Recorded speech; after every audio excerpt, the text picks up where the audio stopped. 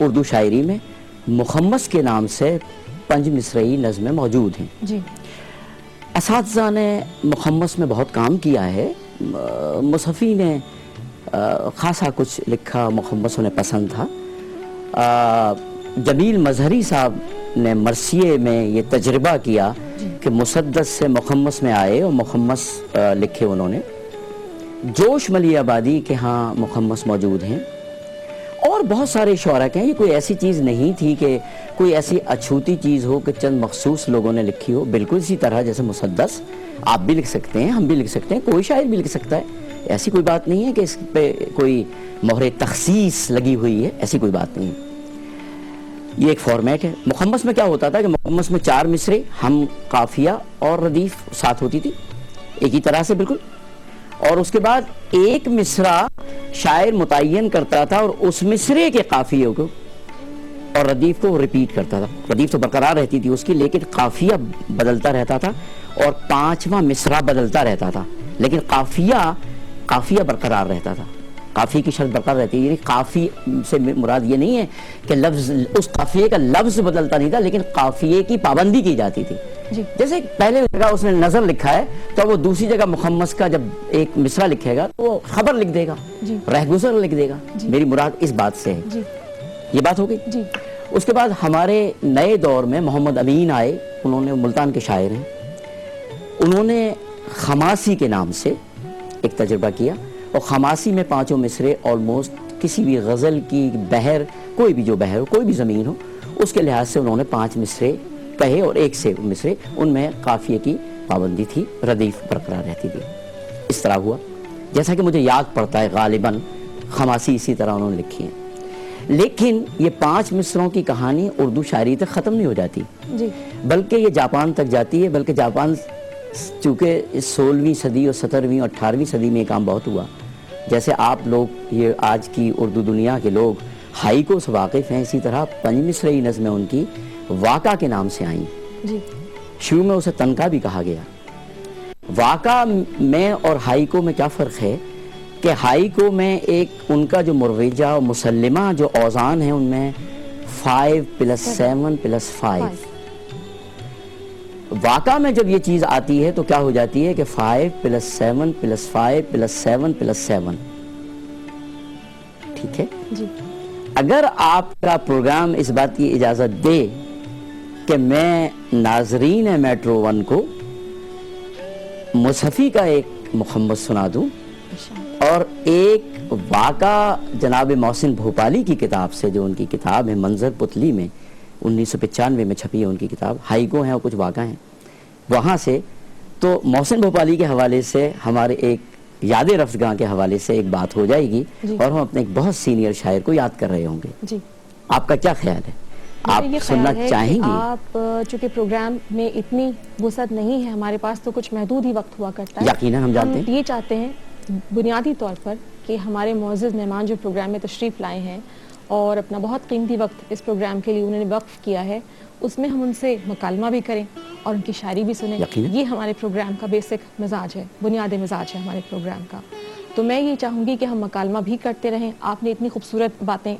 جو کہ بہت ہی معلوماتی باتیں ہمارے ناظرین تک پہنچائیں اور ہم تک پہنچائیں میں یہ چاہتی ہوں کہ آپ اپنی کوئی بھی پسند کی نظم یا غزل آپ ہمیں عطا کیجیے جب آپ نظموں کے حوالے سے آئیں گو کہ میری کتاب ہوا پر دستخط جو ہے آپ یہ کتاب دیکھ رہی ہیں بہت خوبصورت نام ہے اس کتاب ہوا پر دستخط جی لوگوں نے سراہا اس نام کو ان کی عنایت ہے ہوا پر دستخط اس کتاب میں نے اپنی ایک نظم شامل کی ہے بیوی میرا ذاتی احساس یہ ہے ابھی تک کہ اگر میری تمام نظمیں تلف بھی ہو جائیں اور میری وہ صرف 2 نظمیں برقرار رہیں جو 2 نظموں میں سے ایک نظم 2.5 مصرے کی ہے اور ایک نظم نسبتاً یعنی اوسط لینتھ کی ہے طوالت کی ہے لیکن اس کا سبجیکٹ چونکہ اردو شاعری میں نیا ہے کم از کم میں نے اردو شاعری میں نظم کی دنیا میں اس سبجیکٹ کو ابھی تک نہیں پڑھا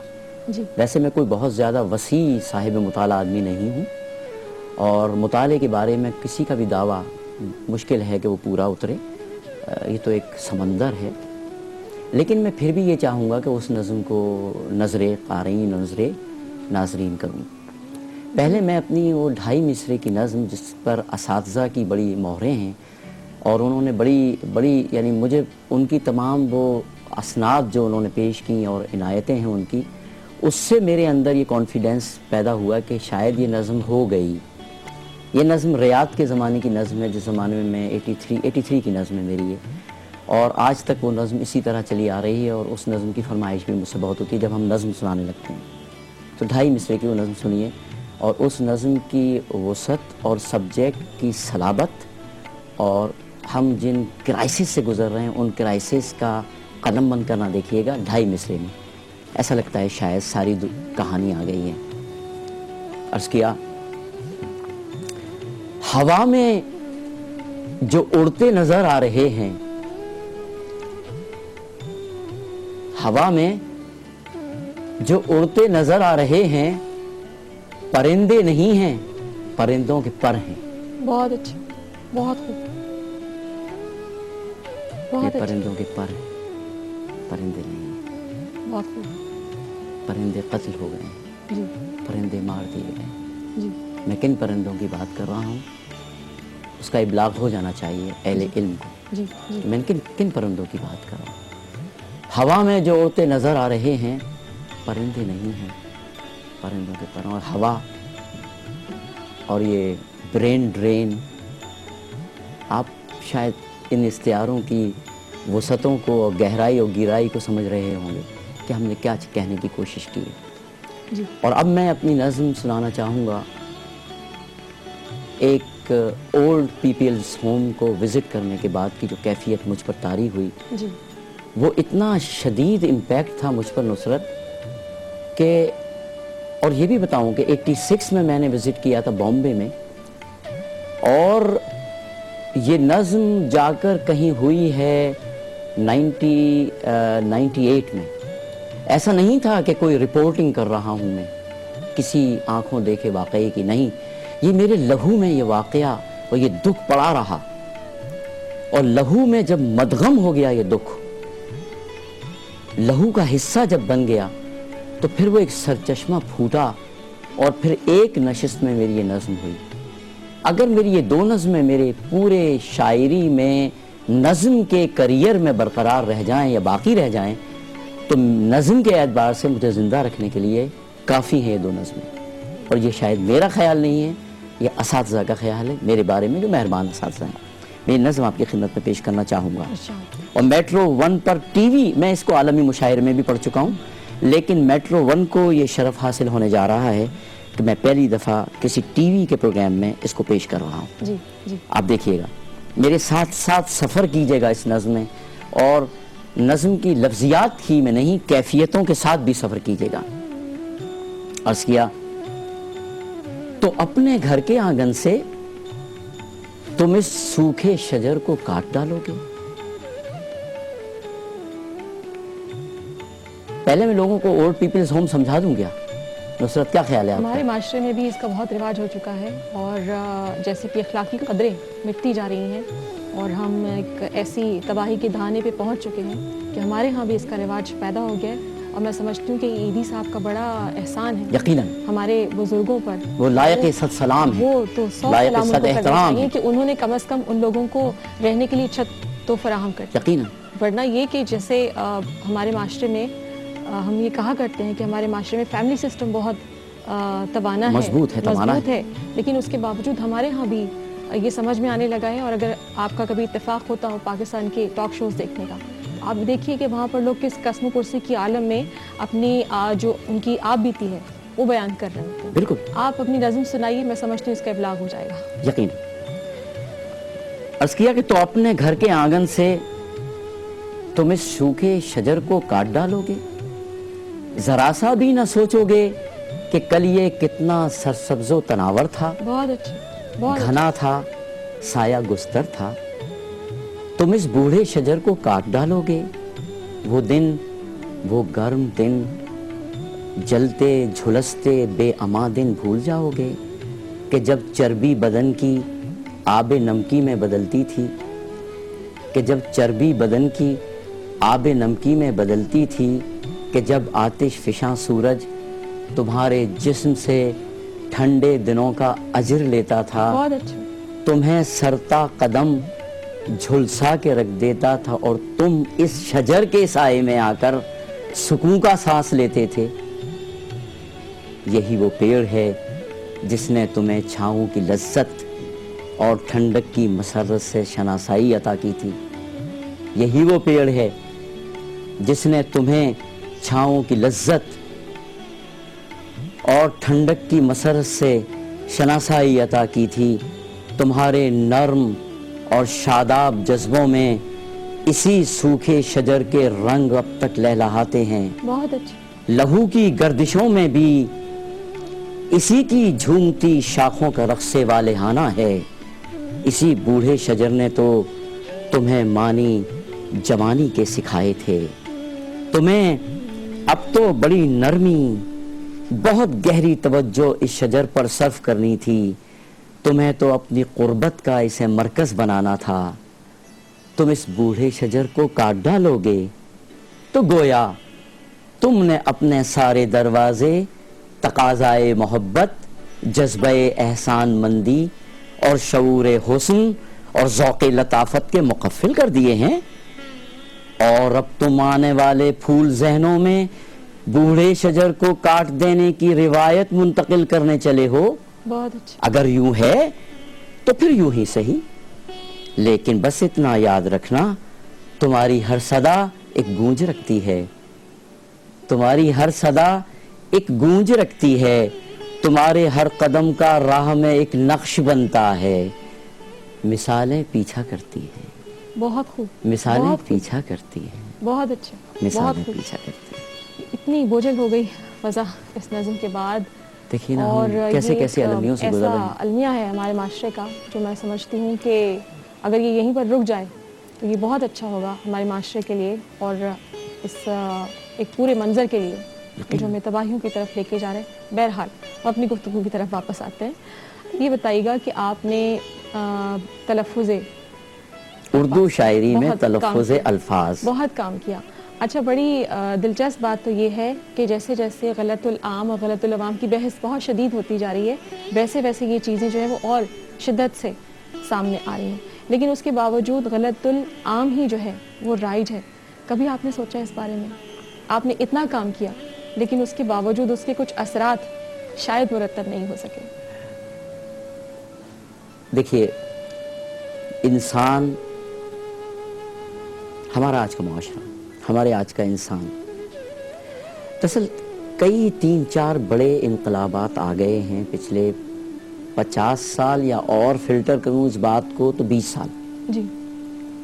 20 سال میں الیکٹرانک میڈیا کا جو امپیکٹ ہے ہماری زندگیوں پر اور اس کا جو ہماری زندگیوں میں سرایت کر جانا ہے وہ انتہائی غیر معمولی ہے.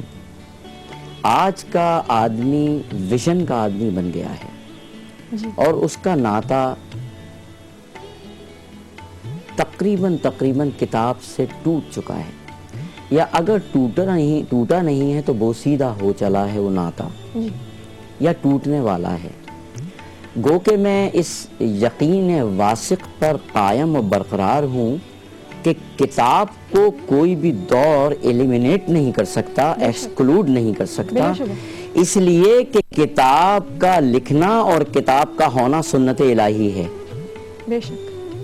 اور اس نے کہا کہ یہ ہمارا ذکر ہے اور ہم ہی اس کے حافظ ہیں. کتاب کی یوٹیلیٹی کو آپ ختم نہیں کر سکتے.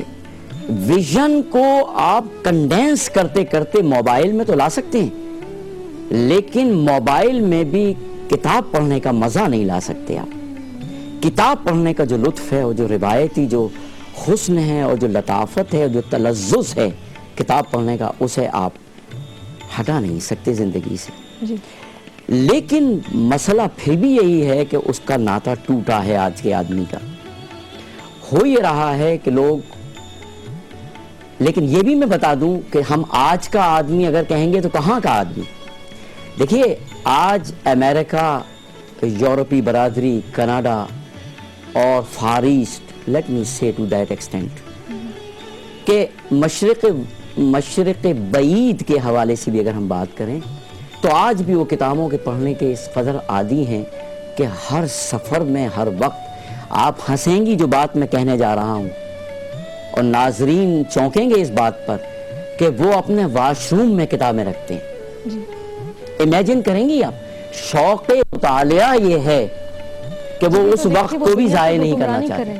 ابھی تو وہ دنیا پہ حکمرانی کر رہے ہیں. اسی لیے میں کہہ رہا ہوں کہ آپ کبھی لاؤنجز میں جائیے ایئرپورٹ پر یا ریلوے اسٹیشنز پر, یا ایون آپ اگر لینڈ روٹ اختیار کر رہی ہیں تو اچھے بس اسٹیشن جائیں, ٹرمینلز ہیں, وہاں آپ دیکھیں گے کہ یورپین, امریکن اور دوسرے لوگ, میں کوئی ان کا قصیدہ نہیں پڑھ رہا ہوں, لیکن میں نے جو مشاہدہ کیا اس کو دیکھ رہا ہوں کہ اگر اس کے پاس 10 منٹ بھی ہیں اور گیٹ اناؤنس ہونے میں 10 منٹ ہیں تو وہ اپنی کتاب کھول کے پڑھ رہی ہے یا پڑھ رہا ہے. اور ممکن نہیں ہے کہ کسی مسافر کے پاس اس کے لگیج میں کتاب نہ ہو. ہمارے ہاں ایسا نہیں ہے. ہم یہ سمجھتے ہیں کہ ہم اپنی جیب کے اندر آئی پوڈ اور وہ طرح طرح کے بلیک بیری اور دوسرے اعلیٰ درجے کے موبائل رکھ کے شاید کوئی آسمان پر کوئی ہم نقارہ بجا رہے ہیں. ایسا ہرگز نہیں ہے حضور. آپ بالکل درست فرما رہے ہیں, بہت درست فرما رہے ہیں قمر صاحب. ایک وقفہ اور ہمارا منتظر ہے. وقفے کے بعد ناظرین کرام آپ کی خدمت میں دوبارہ حاضر ہوتے ہیں.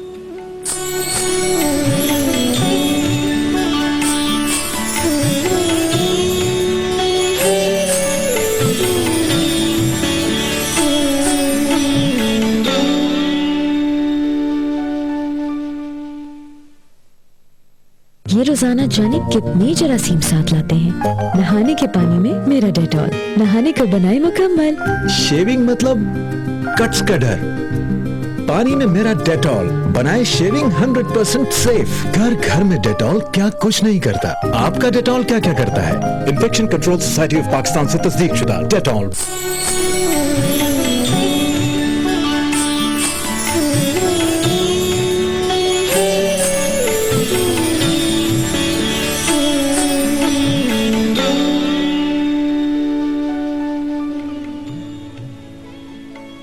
ہوا کے ہوتے ہوئے روشنی تو کر جائے, میری طرح سے کوئی زندگی تو کر جائے. ناظرین کرام, وقفے کے بعد آپ کی خدمت میں دوبارہ حاضر ہیں اور آپ کو یہ بتاتی چلوں کہ آپ ہمیں پروگرام میں کال کر سکتے ہیں. ایک نمبر, ہمارا ٹیلی فون نمبر جو ہے وہ آپ کے سامنے آ رہا ہوگا ہماری اسکرین پر. آپ یہ نمبر ملائیے اور قمر حیدر قمر صاحب سے براہ راست گفتگو کرنے کا شرف یا لطف ان کے کلام کا حاصل کر سکتے ہیں. اچھا قمر صاحب, آپ نے فرمایا تھا کہ آپ غالب کو اپنا ذہنی استاد مانتے ہیں. یقیناً. تو اسلوبیات کی آپ کے ہاں کیا اہمیت ہے؟ شاعری میں آپ کیا جگہ دیتے ہیں اسلوبیات کو؟ وہ میرا ذہنی استاد ہے, اسی نے میرا مسئلہ حل کر دیا ہے. جی. ہیں اور بھی دنیا میں سخنور بہت اچھے, کہتے ہیں کہ غالب کا ہے انداز بیاں. اور غالب نے نفس مضمون کی اپنی بات نہیں کی, انداز بیاں پر, انداز بیاں کو اس نے پوائنٹ آف پرائڈ بنایا. نقطہ فخر, نقطہ نہیں کہہ رہا, نقطہ فخر جانا. اسلوب کی اس قدر اہمیت ہے. اسلوب مضمون کی کیفیت کو اور اس کے امپیکٹ کو, اس کی تاثیر کو بدل دیتا ہے. بالکل درست فرمایا. قمر صاحب, ہمارے ساتھ پروگرام میں ایک کالر ہیں ڈاکٹر شبیر زہرا. السلام علیکم جی. ہیلو, السلام علیکم. وعلیکم السلام جی, کیا فرمانا چاہیں گی؟ بس مجھے اب تو آپ کے پروگرام کی بہت تعریف کرنی تھی کہ ماشاء اللہ بہت اچھا پروگرام کرتی ہیں آپ, اور ماشاء اللہ اچھی بھی لگتی ہے روزانہ. اور ہفتے میں 3 دن, روز تو یہ پروگرام ہوتا ہی نہیں ہے زہرا. ہفتے میں 3 دن یہ پروگرام ہوا کرتا ہے, پیر منگل بدھ.